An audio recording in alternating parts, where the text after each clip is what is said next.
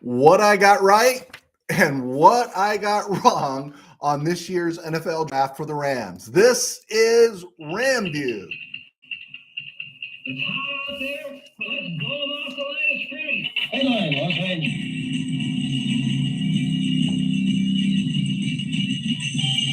Live from the Ram Cave, I'm Joe Terosian, and this is RamView, the May 1st, 2023 edition, brought to you by Kistler Law Firm.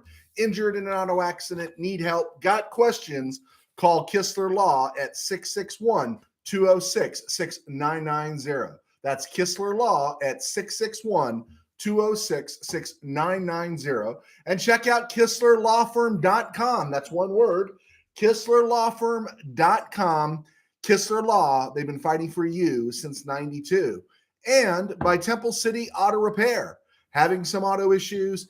Get yourself some John and Henry at TempleCityAutoRepair.com. What I was right about and all that I was wrong about in the NFL draft. It was fun.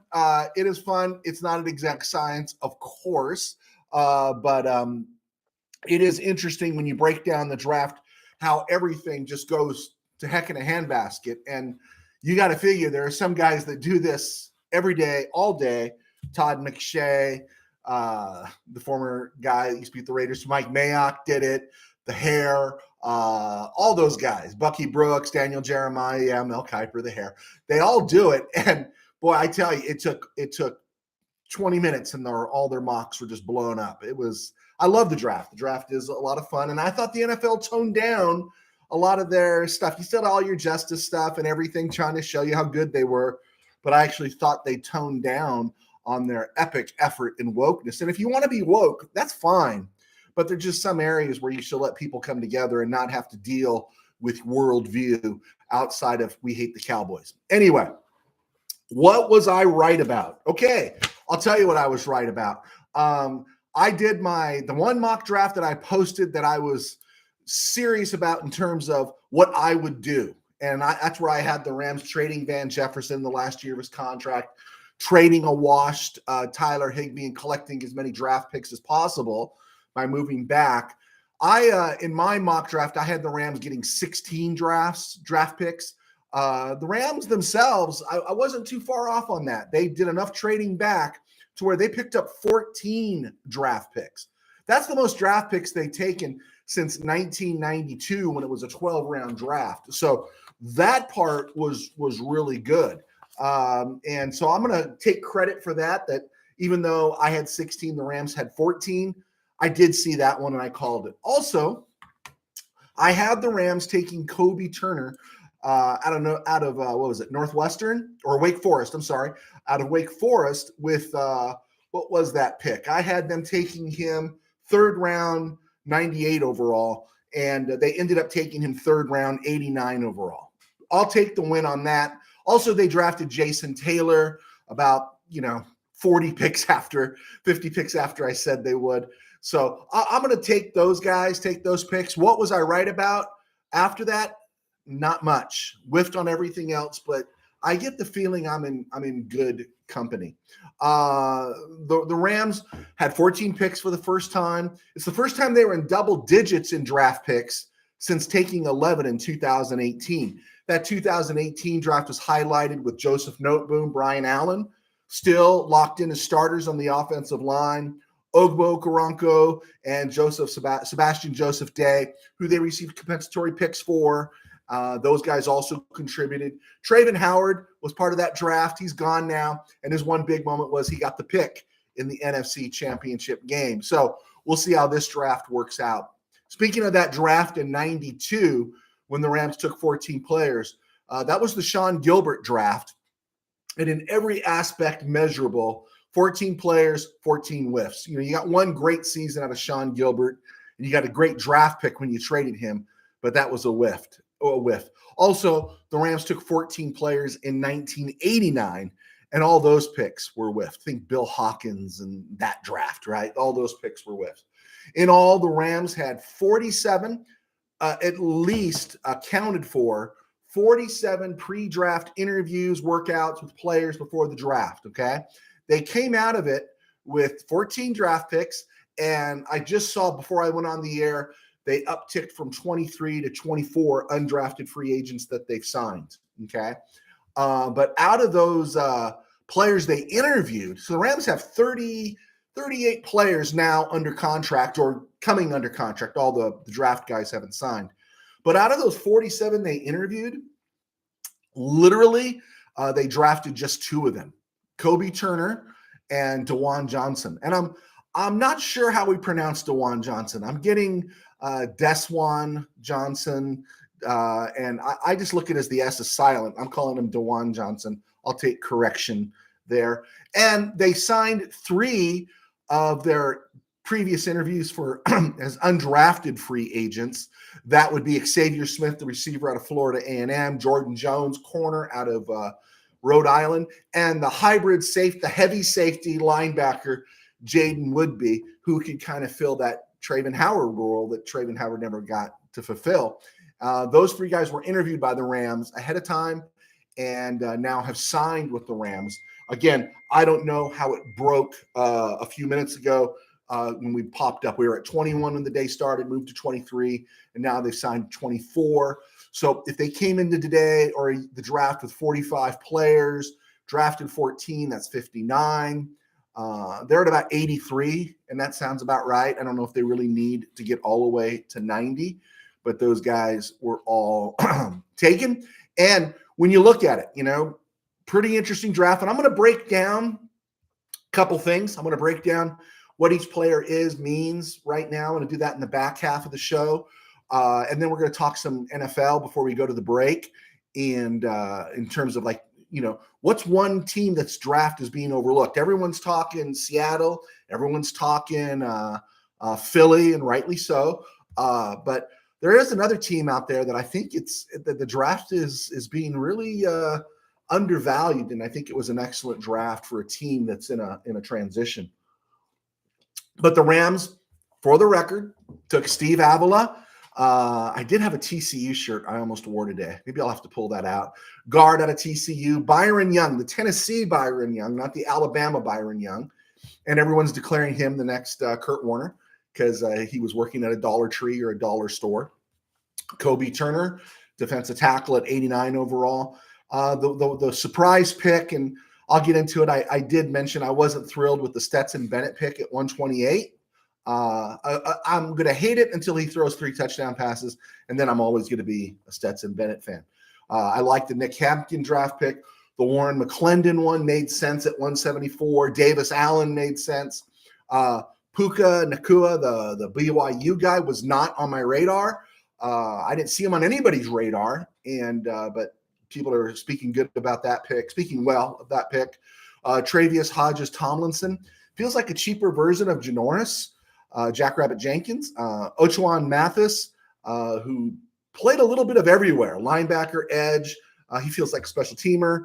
The one that the Rams traded up for that people are excited about, Zach Evans, the running back out of Ole Miss, who started his career at TCU before moving on. They drafted a punter, Ethan Evans, at Wingate.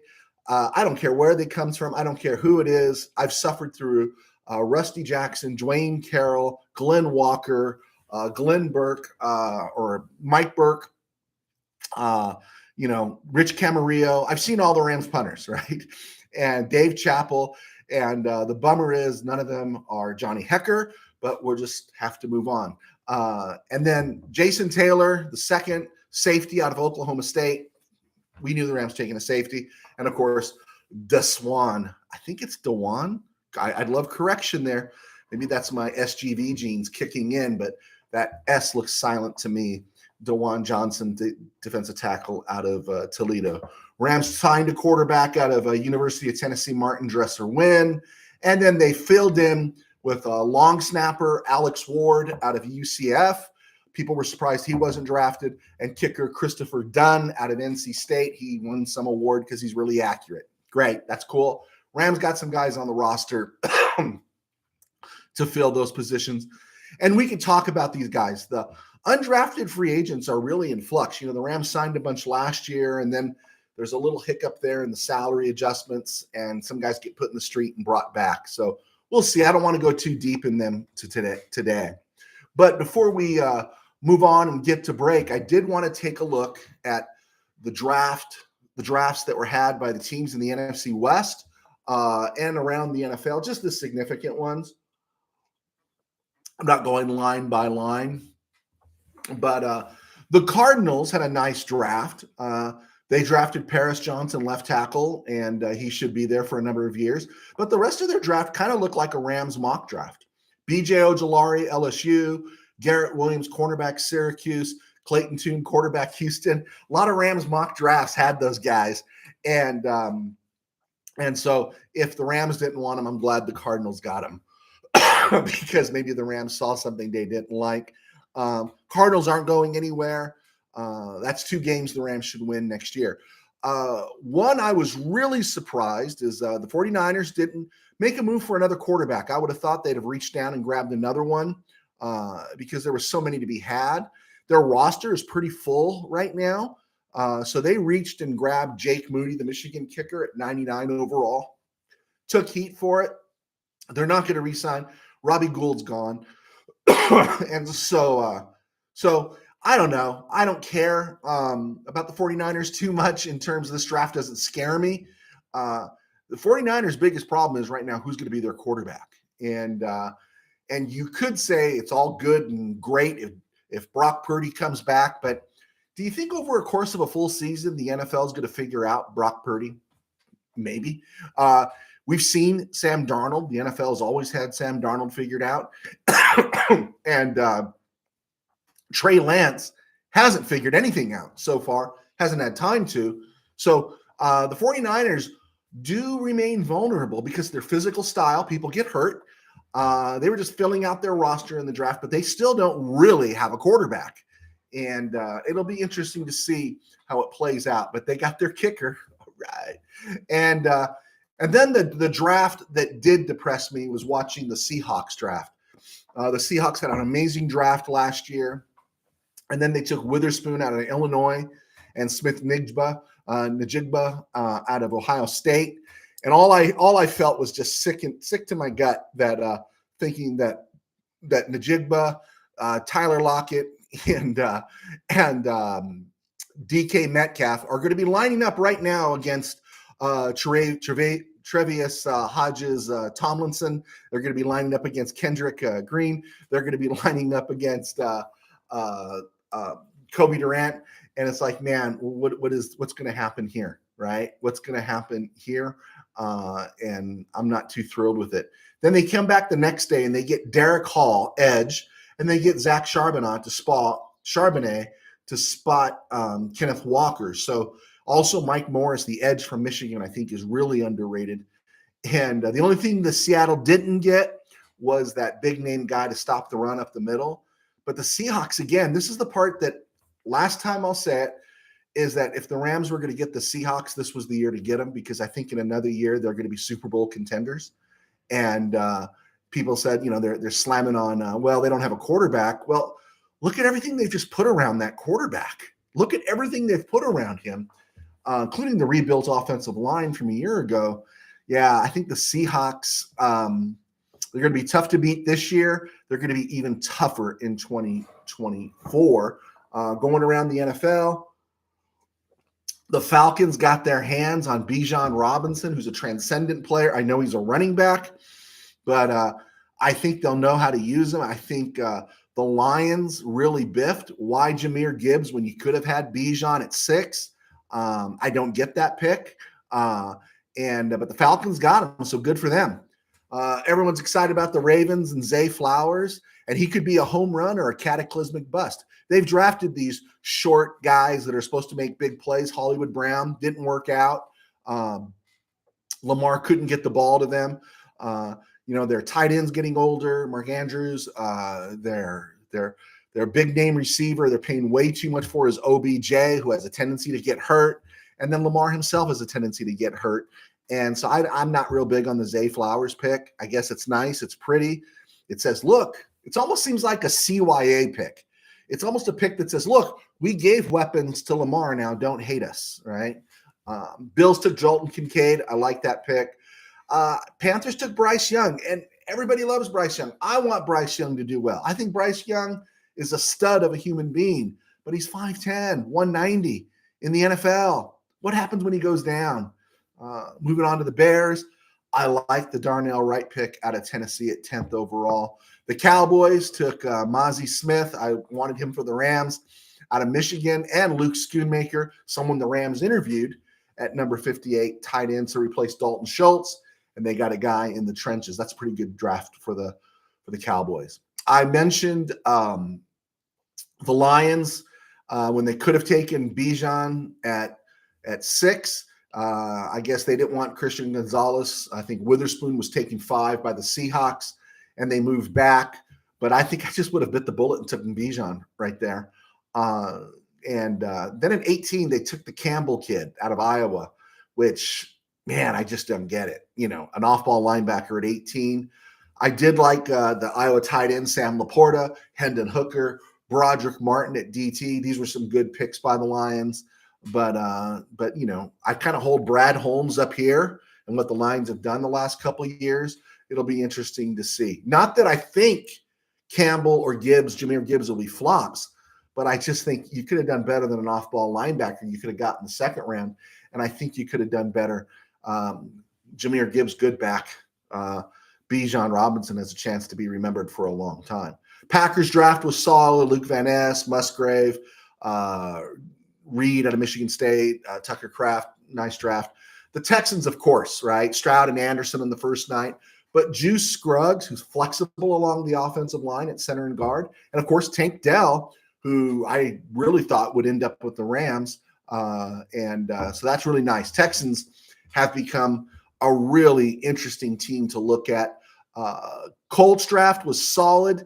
If you don't expect Anthony Richardson to play and produce this year, or for the team to win now, which is really interesting because their owner's kind of impatient. So I didn't get the Colts draft. Chiefs getting the kid from Kansas State, Anudike Ozuma, and Rashee Rice out of SMU as defending champs. So that's a great draft for coming off winning a Super Bowl.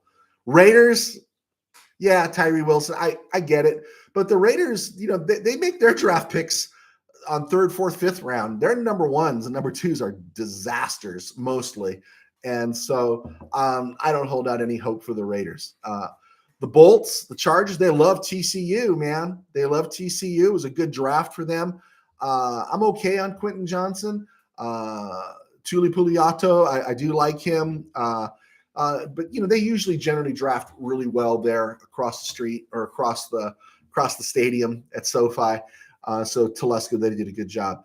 Patriots drafting Christian Gonzalez when their offense is so vanilla. I just didn't get it. Christian Gonzalez going to Detroit. Christian Gonzalez going to Las Vegas. Christian Gonzalez going to Washington would have sounded really interesting. Christian Gonzalez going to New England sounds like 4 years in free agency. That's what it sounds like to me. And getting to the Saints. Now, the Saints are the team that I think had the most underrated draft.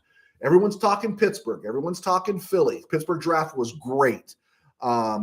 The Jets draft was pretty good. Will McDonald, who I think if he had been where he was originally projected, late first round, early second, the Rams might have made a move after him. Going at 15 was a bit of a reach for the Jets.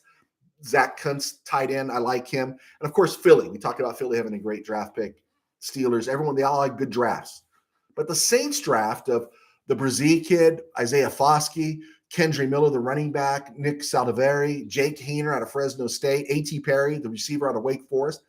That is a really solid draft. That's the kind of draft that when you're in the playoffs 2 years from now and you're ascending as a team, people are going to look to that draft and probably say, yeah, it all kind of began right here.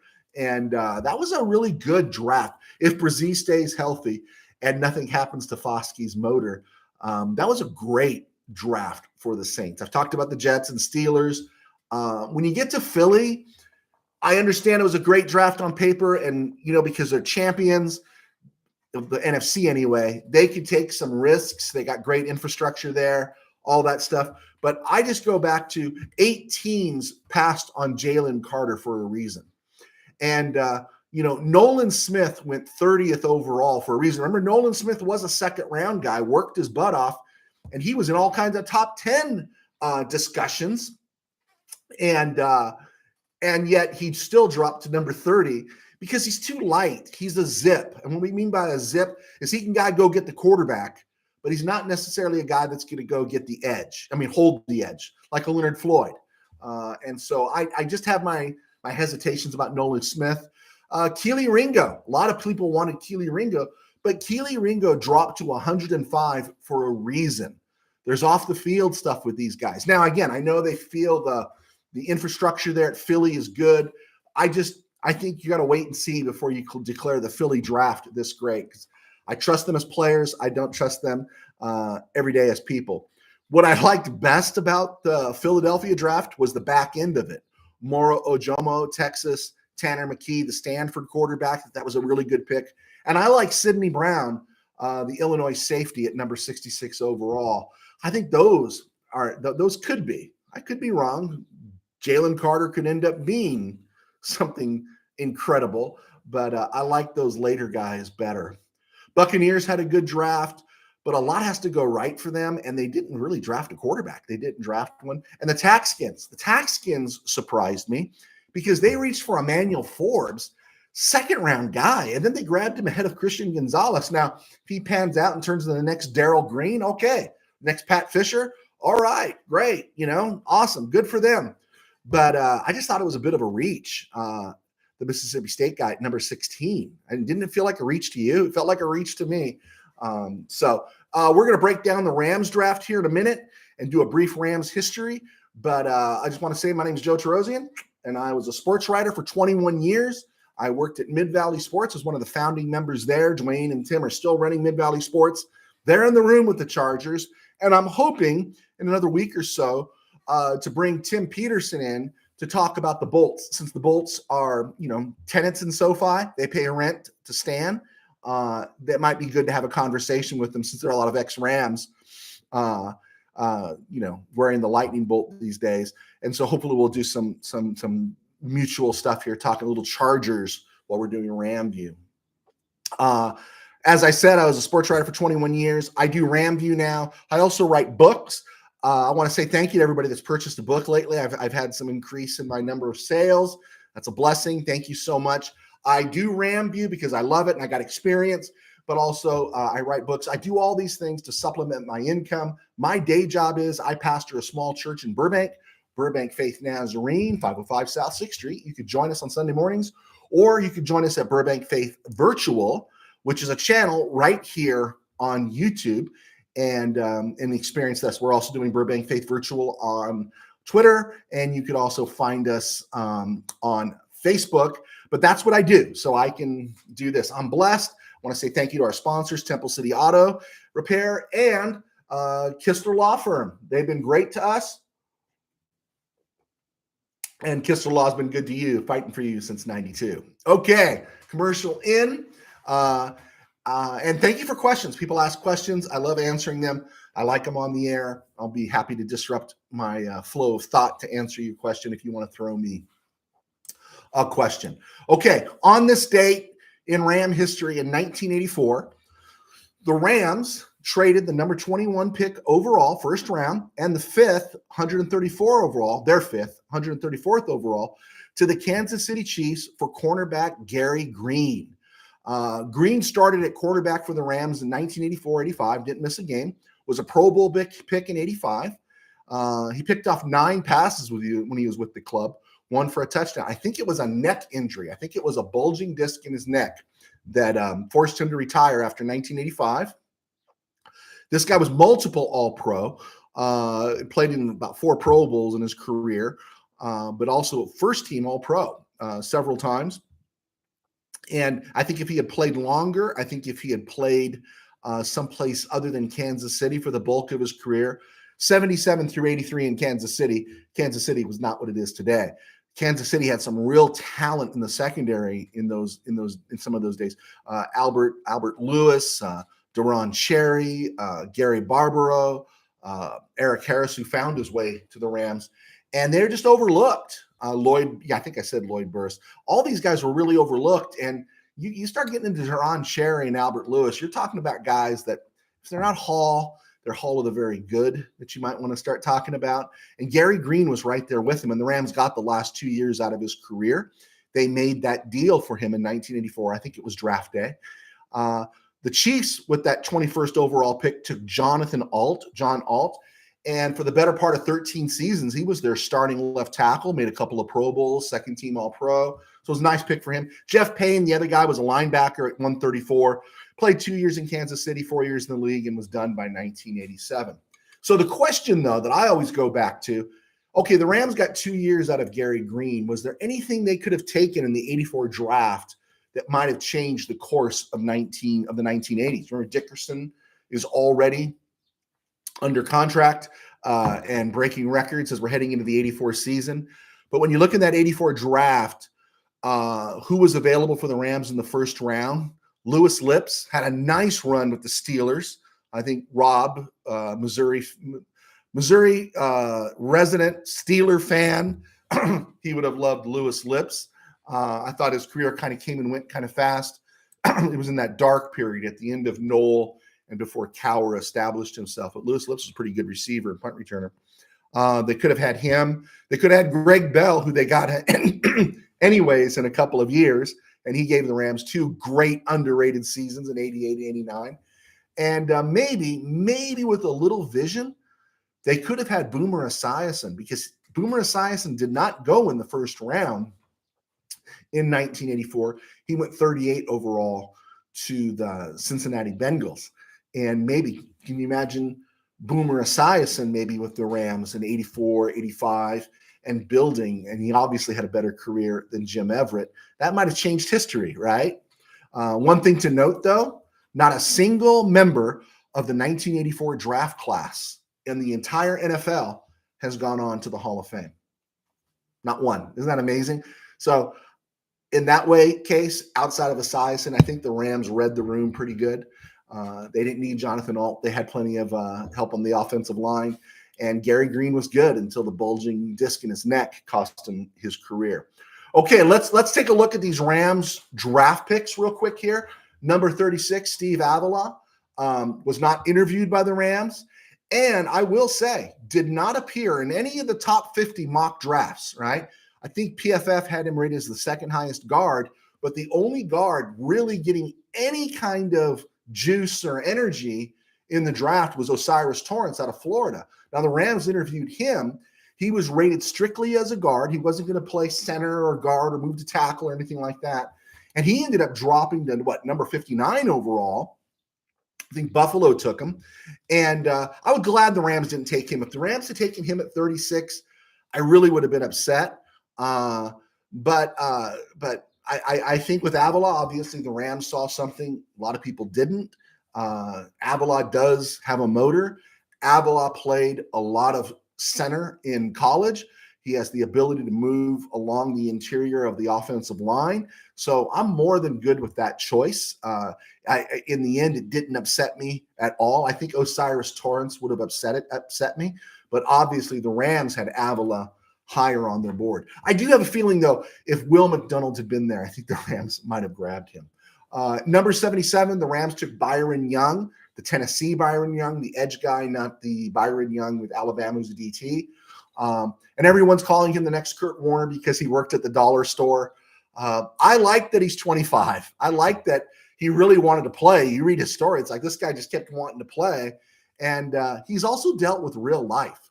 And I think he's someone that's not going to squander this opportunity, and that he'll likely max out on his tremendous ability. You might not get a purely polished player, but who knows? Maybe you know what I was thinking when I saw him was this overachieving guy. Internally, he has a lot of physical talent. Where you think of Kevin Green.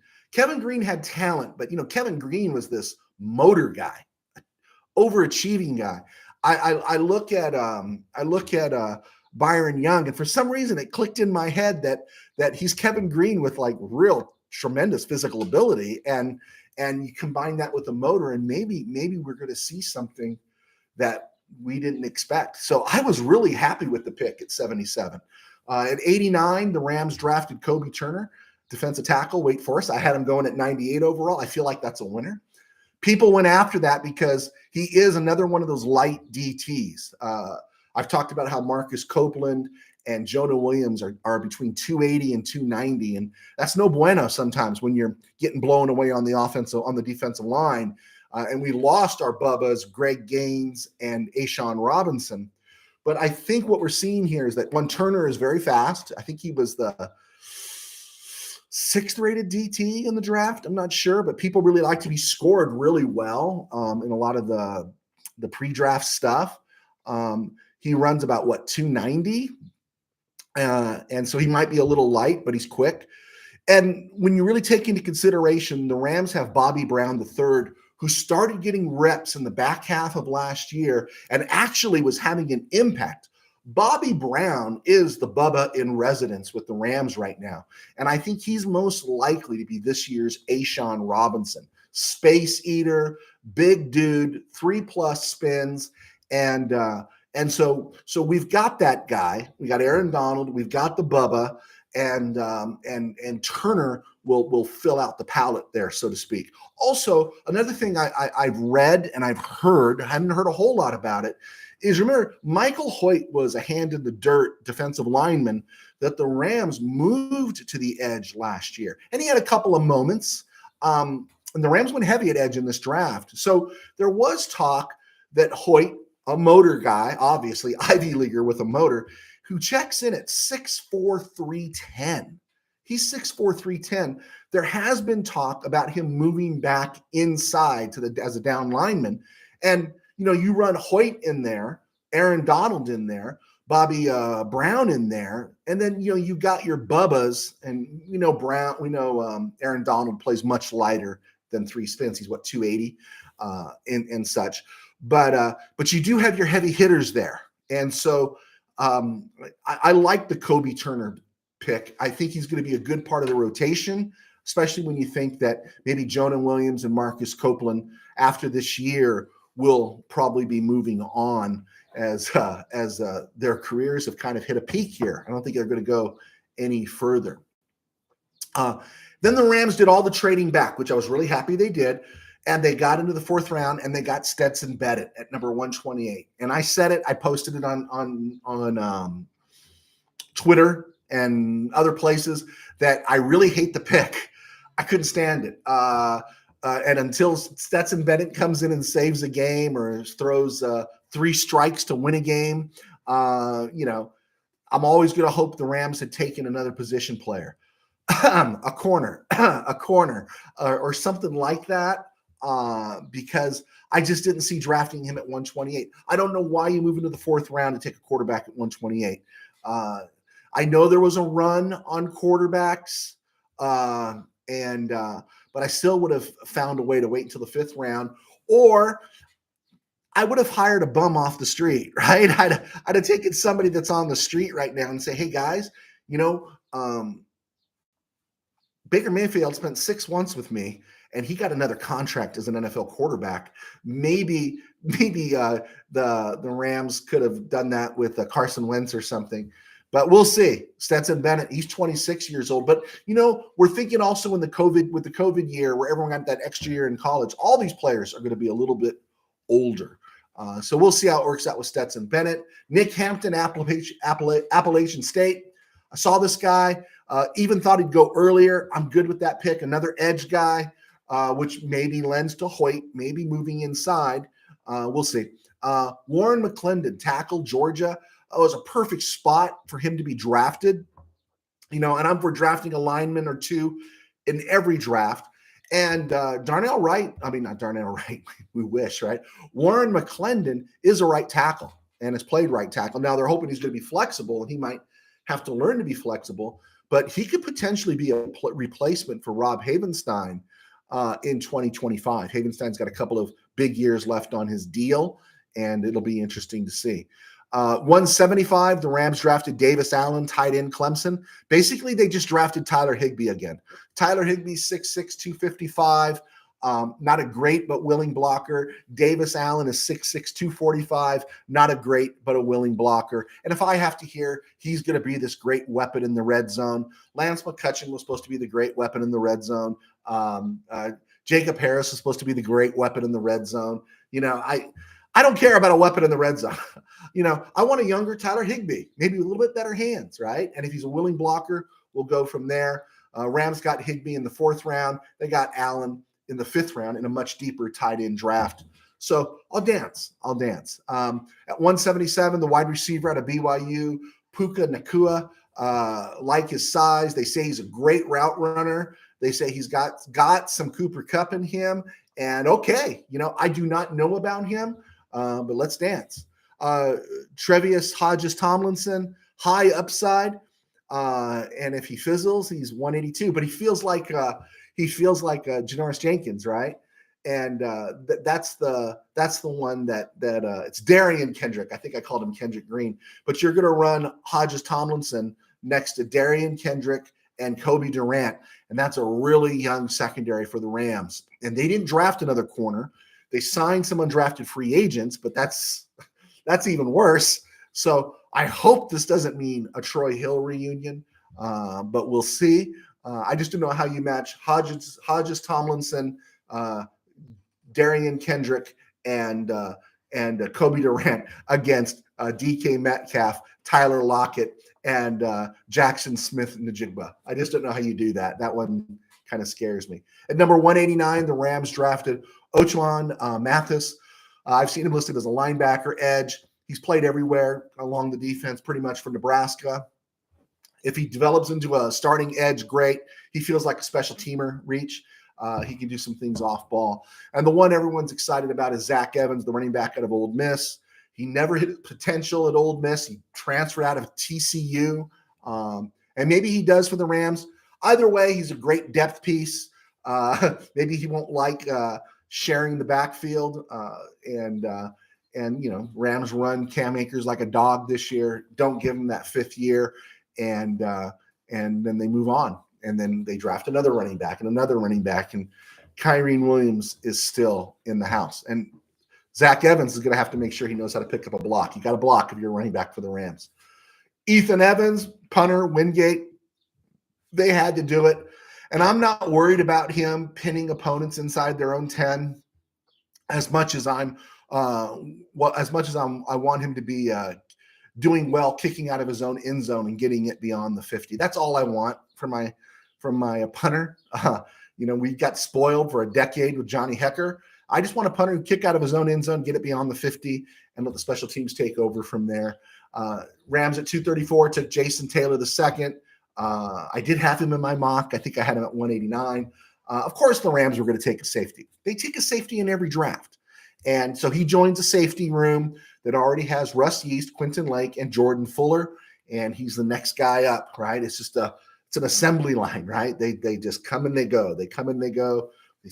They move on. Another one gets on board. Rams always draft a safety. And then, of course, DeJuan Johnson, another rotational piece along the front line. I see him as a practice squad guy this year unless something happens to Jonah Williams or Marquise Copeland or anyone else. But they like him, and maybe he plays this year. But that's just what we see him as right now. Okay. Hey, man, I went 38 minutes. Someone stuck with me for the whole show. I know I scared somebody else off. But this is RamView, and I'm Joe Terosian. Thank you so much. Please hit like and subscribe. Tell your friends to like and subscribe as it helps us build our footprint here. And when we post our links around social media, if you could share and like those and leave comments and send questions, because I love to ask questions, because for the next month now, we're going to be talking UDFs. We're going to be talking minicamp stuff, and we're going to be talking around the league as the whole offseason has gone into a different phase. Draft season is over. Although I did see a mock draft for 2024, had Drake May going number 1, Caleb Williams going number 3. Yeah, to the Cardinals. Okay. We'll talk more tomorrow, talk about Rams forecast for next season. And we'll go from there. Oh yeah, I do think the Rams are a third place team next year. There we go. Okay, chew on that for a while. God bless. Take care. Thank you to our sponsors, and we will see you tomorrow. We'll see you Wednesday.